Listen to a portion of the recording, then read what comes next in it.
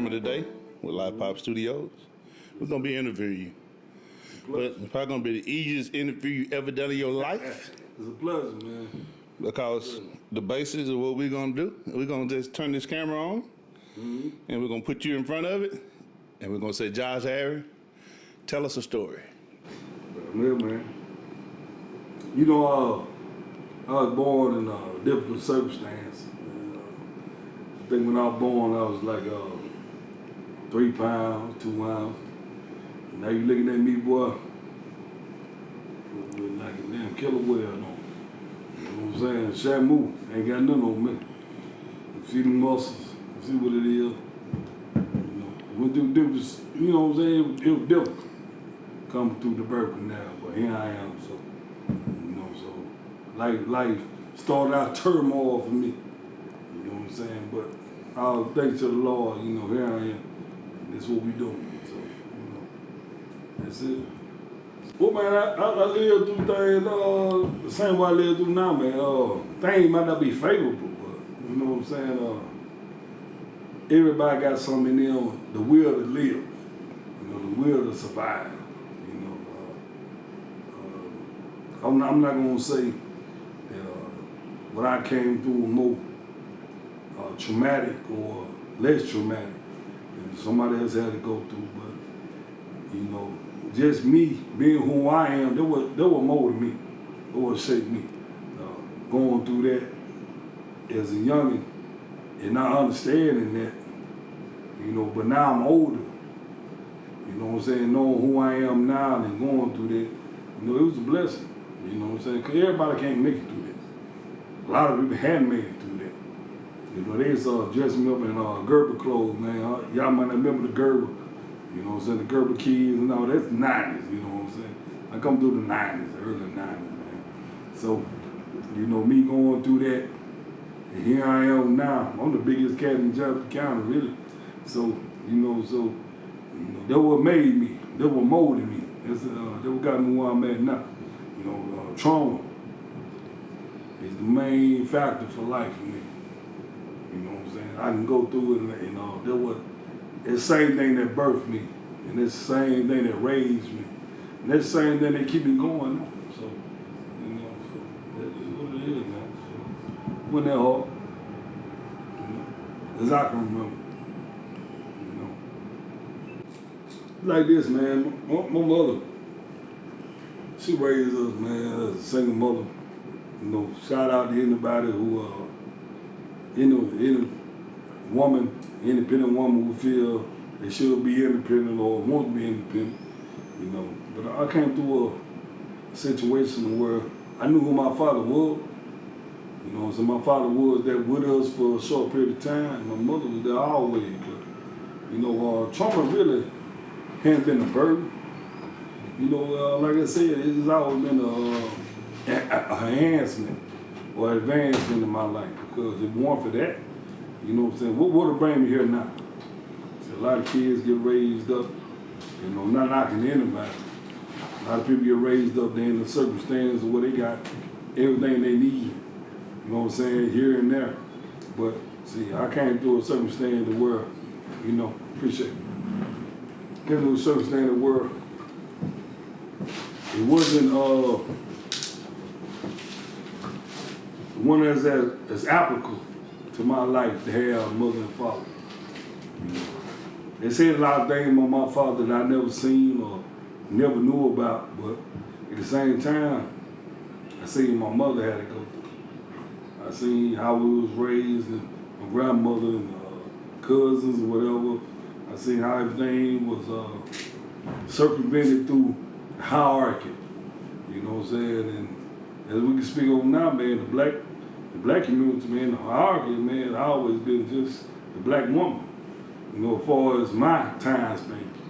But other than that, man, the man always been put out of the picture.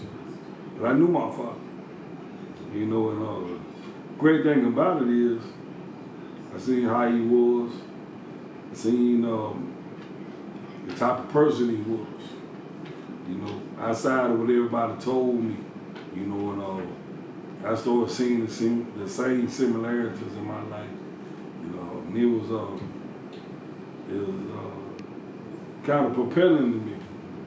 And I say propelling in the way of it launched me to say, okay, you like him, because everybody say you like him, you know, to see, okay, what type of person he was. So I started digging deep, you know, into the history of my family, you know, and I started seeing how my father was when I was young and everything, and seeing where I'm at now.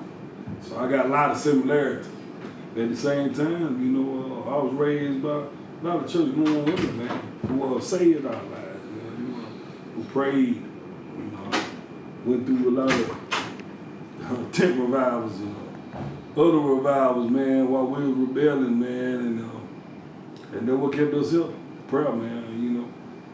So, you know, just growing up, man, there was a lot of things that was going on, a lot of things said, but as I get older, I'm able to reinvent myself based on whatever they said, you know what I'm saying, but taking hold to the facts that I know, or the things that I knew, you know what I'm saying, to make me who I am today. So, I'm gonna put it down. Shout out to Budweiser, you know what I'm saying. Only real ones still do this. But like I said, I think my greatest achievement, you know, I used to think it was football. And I was always good at that naturally. You know, I played football, and just recently I just made the all 25-year team at Belhaven University. So, you know, I always been pretty good. I always been, you know, I always stood out amongst anybody else playing football. But I think my greatest achievement, man,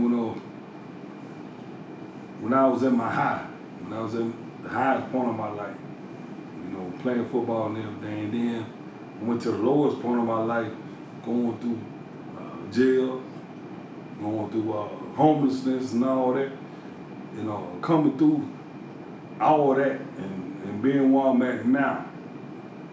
So now I'm at a point where I had everything while I was playing football. It was given to me. My mama made sure I had it, you know what I'm saying? I made sure that I did the things I could do to achieve what I did, but once you become grown, once you become older, you know, and I went through the jail system, went through everything else. So my greatest achievement, man, is going through everything I went through and being able to be here now, where I can raise my kids, you know, because I was thinking all the time, man, I'm gonna get locked up, man. Go away for a little while. And I got kids, you know, so I had a kid, you know. I'm sitting there thinking, man, what's the greatest thing you had in your life? But I had privilege. And I ain't talking about white privilege or black privilege. I'm talking about privilege of the world. I had people praying for me. And when I grew up in that circumstance, and I had that. But I'm talking about privilege of the world, I gave it to myself. But I had to get away from everything else. And I had to say, you know what, man? No matter what you've been through, what you got, what nobody done say, now you're at a crossroads, you know what I'm saying? You're at a crossroads to be where, okay, now I got to make it on my own. So that was the greatest accomplishment when I went through everything I went through. Now I'm able to be where I was supposed to be years ago. You know what I'm saying? Years ago. But see, I didn't understand that then. I had to go through something, you know, and that made me who I am now. So that's my greatest accomplishment, you know, outside of my kids and everything, because I love them. They're my heart, man. It's like this. Anybody can relate to this story, man. You talk to a little chick, Facebook, Snapchat, Instagram, whatever. Talking to the little chick. I'm trying to meet up with her at the movies, you know. So I'm going to the movies. You know, I stayed in Jackson for a while, so my mind is, all right, I'm going to the movies. So you already know where my mind at after we leave the movies, you know what I'm saying? I got the whole day planned out. Anyway, it's the holiday, 4th of July. Oh, I get ready to make the turn at the movie theater. I see the blue lights. What was going on, man? So I pull into the movie theater. Being the police officer, we exchange words. I mean, get me wrong, man. I'm thinking this supposed to be somebody who not from my culture. But it's somebody that's from my culture, man. You know what I'm saying? A black dude. You know, he cussing me out. Hey, man, you see me trying to MF and pull you over and all that. So me and him, we exchanging words. We going through. So, in the process, he decided he want to go ahead and deploy the taser gun on me. So he do that. You know, me being a country man, it ain't too much gonna phase me at that point. So you know, it's an exchange. You know what I'm saying?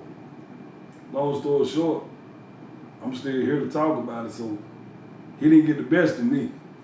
You know what I'm saying? So I take out. After me and him had an exchange, and man, I had 6 pistols pulled on me, get on the ground, and listen, bro, I'm laying down like a mattress. You know what I'm saying? I look like a sheet going on the queen side of me. You know, so I'm the king, though. You know what I'm saying? So I'm laying down waiting on them to put it on. So it's all good. They tell me, my lawyer tell me, we facing 5 years. 5 years of my life, I'm thinking about. But so happily, there's another police officer parked on the other side of the movie theater. He recording everything. So they see this man swinging on me while I'm in cuffs. You know, 6 police officers and pulled down on me. They got me in cuffs. This man swinging on me in cuffs. So that was the best thing that happened to me for him to do recording so they can see it. You know, they didn't want to go to court, you know. So it was a good thing, you know. So with the process, got indicted, did all that. Had to plead guilty. I'm a felon for the rest of my life. You know, they locked me up on misdemeanor charge, so I had to do a little time doing that. You know, I tell you what, I met better people locked up than I met out here that I know. I don't think about it no more because this what I done did, this where I'm at. You know what I'm saying? So I always been my own greatest downfall, man. Just like anybody else. Anybody else can blame anybody. At the end of the day, kind of I was listening to somebody today talking about the Michael Jackson case and R. Kelly case, but if they would never put themselves in a position to be beat out, then shit can't happen. But we put ourselves in that position, you know what I'm saying? Like we do things and we go through things because we put ourselves right there. You feel me? So here we are trying to tell the world that we innocent, but once you put yourself in something, once you put yourself closely connected to something, then what people supposed to think. So, I mean, you can't get mad at nobody. Because see, to the world, they say you innocent until proven guilty. That's a damn lie. Because they don't lock you up. So it seems like you guilty until proven innocent. Because if you innocent until proven guilty, they'll leave you out here on these streets. You know what I'm saying? Until it's your trial time. But that ain't true. You guilty until you innocent, man. And that's all it is, bro. Like we are our own enemy, man, because you're gonna always be guilty until you prove innocent, man. And that's the truth. That's the truth.